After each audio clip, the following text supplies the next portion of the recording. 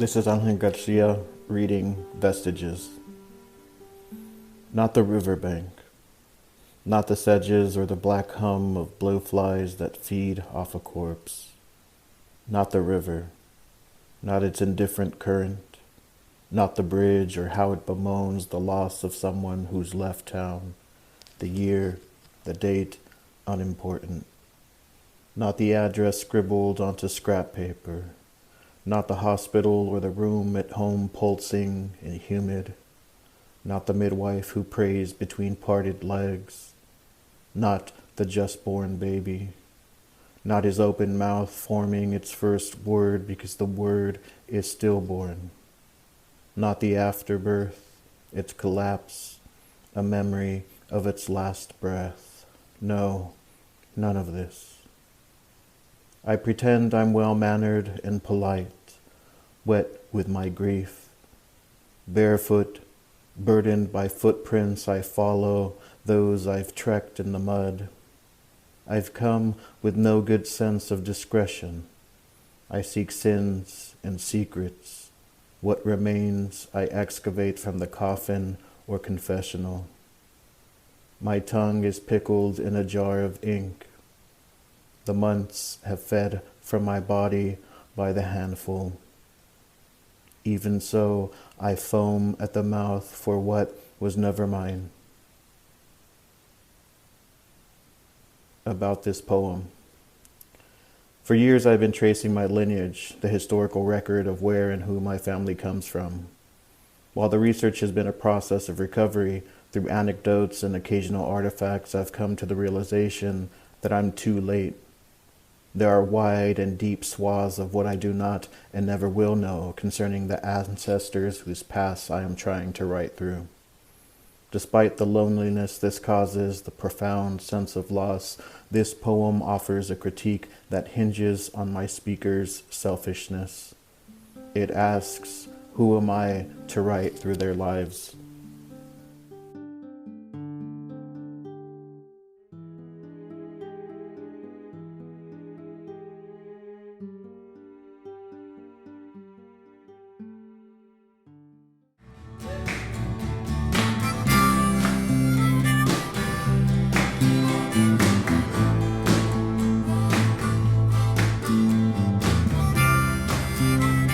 Creedence Clearwater Revival is one of the more celebrated U.S. rock groups to emerge in the 1960s.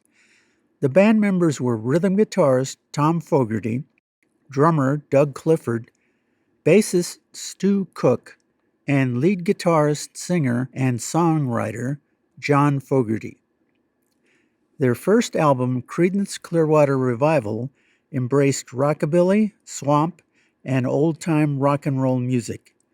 It was the polar opposite of most of the music scene that surrounded them in the San Francisco Bay Area where they first gained popularity.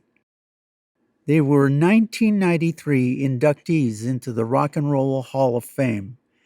They are one of over 50 members of the hall who performed at the Swing Auditorium in San Bernardino, California. In 1969, CCR played the Swing Auditorium twice. Their first appearance was in February, opening for blues and boogie band Canned Heat. Their second appearance was in September, headlining over perennial Swing Auditorium performer Lee Michaels. Their February 1st, 1969 concert also included Lee Michaels and C.K. Strong. Canned Heat reached the peak of their popularity in 1968, and some would say that they were in a bit of a decline in 1969. The career of Creedence Clearwater was definitely on the upswing, and many concert attendees thought that they outperformed the headliners on this night. To publicize the concert, the band visited the studios of radio station KMEN in San Bernardino. They posed for a picture with K-Men DJs Dave McCormick and Harry Scarborough. This group photo and article appeared in the January 1st, 1969 edition of the Came Entertainer publication. Unfortunately, The article misspelled the word credence 3 times. The concert was front-page news on the January 24th, 1969 edition of rival San Bernardino radio station KFXM's publication, The Tiger Mag. CCR is seen wearing the same clothing that they wore during their KMEN encounter, indicating that the two visits took place on the same day. Within a few weeks of their first San Bernardino appearance, one could travel to the local Whitefront department store and purchase their second album, Bayou Country, for only $2.44. Perhaps the most notable thing that happened during CCR's early 1969 visit to the IE was an incident that inspired John Fogerty's song Tombstone Shadow. The slang name for the city of San Bernardino, San Berdu, was name-checked in the lyrics of the song. The lyrics to the song went, "Oh, gypsy man, I went down to San Berdu.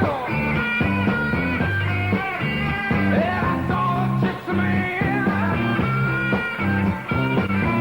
I went down into San Berdu.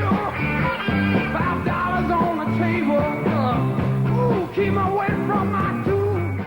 John Fogerty told the story behind the song in a Twitter post. He said, "This comes from a story of the very early days of Creedence. We played a show in San Bernardino, and right across the street from our hotel was a fortune teller. It was just some guy in a green bowling shirt who looked at my palms and said, 'That's bad.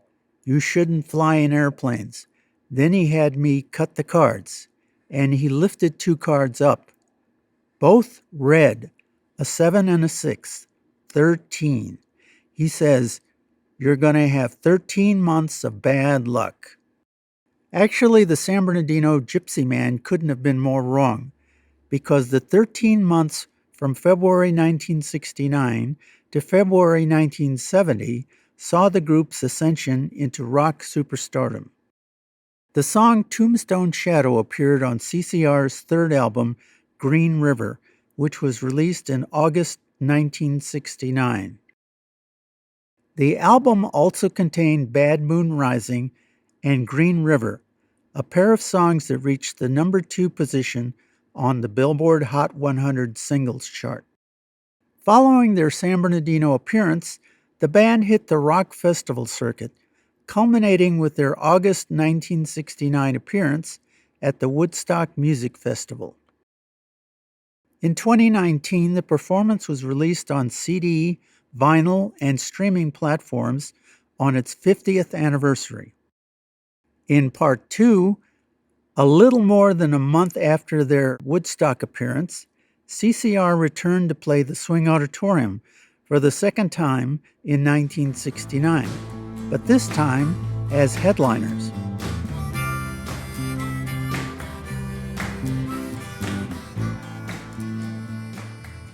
Here's a CCR cover, LODI, by my late great friend, David Mirabella.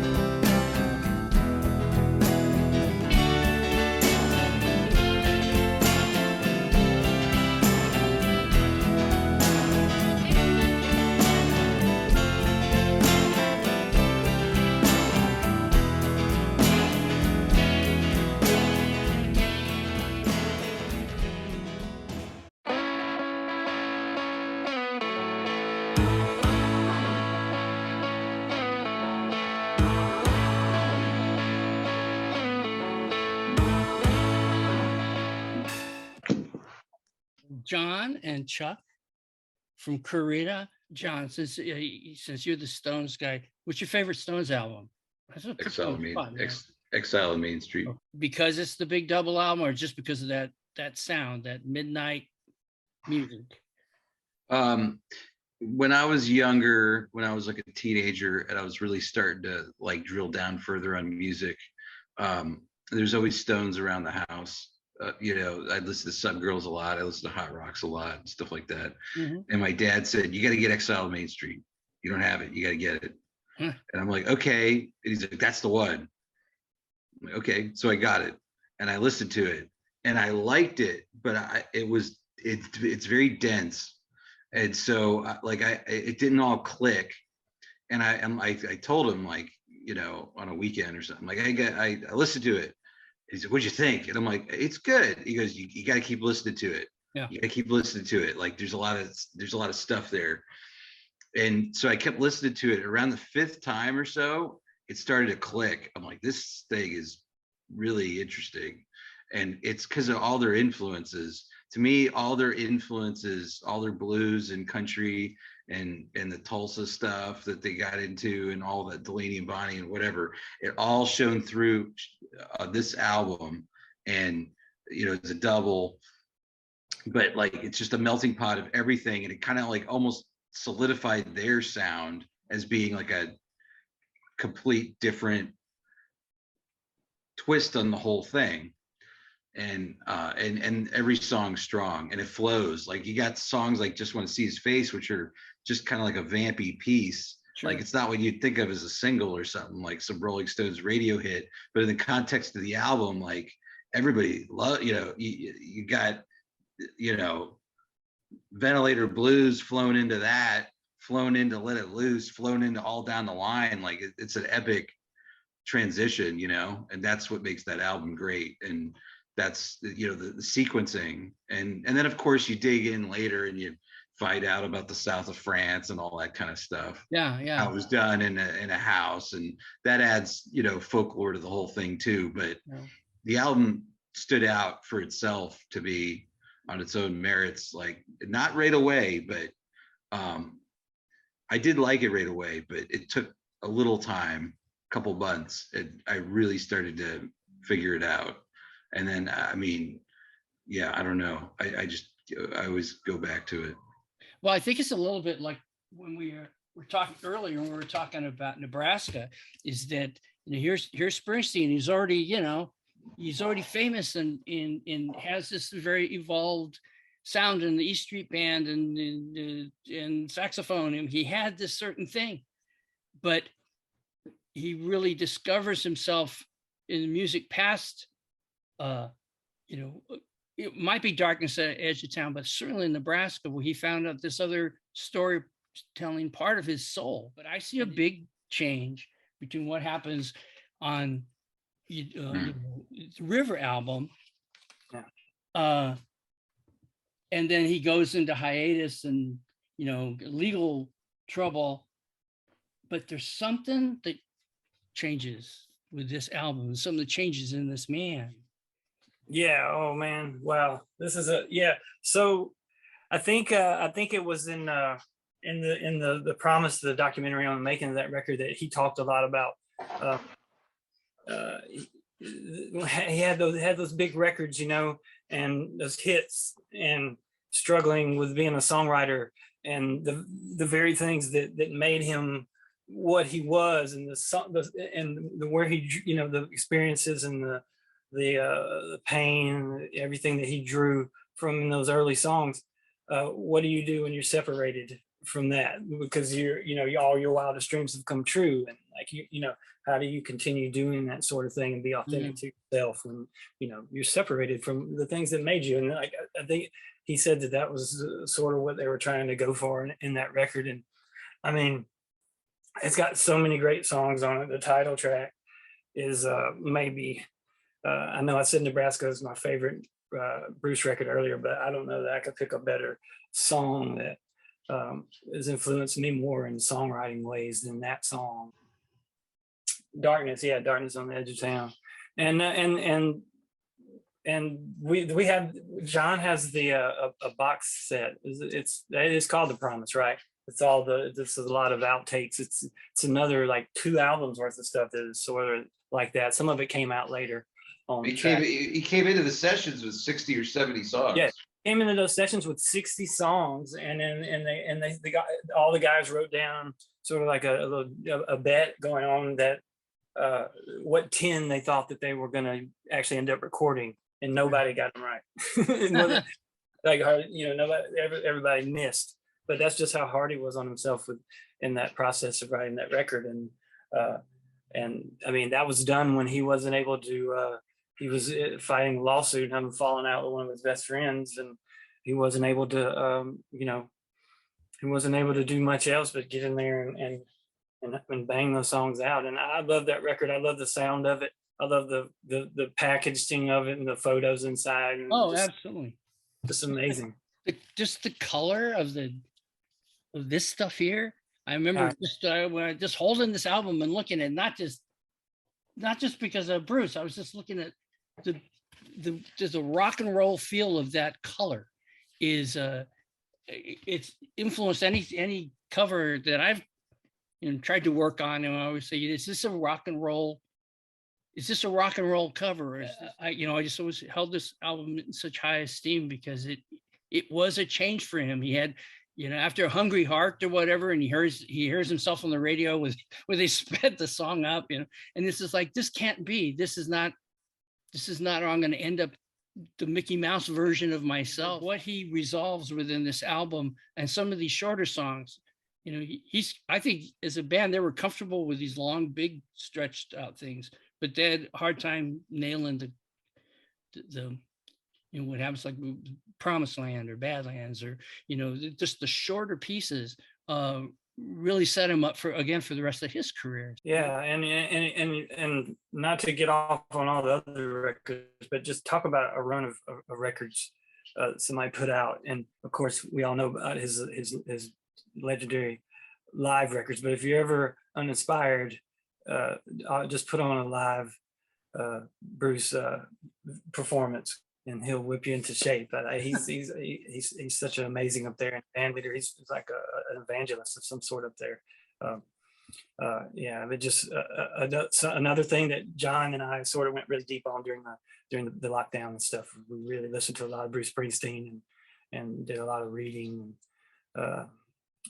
His music is right up there with Neil Young's most influential to me. I know, and I think it comes through in the way we sound. My daddy broke his back for a farmer's pay.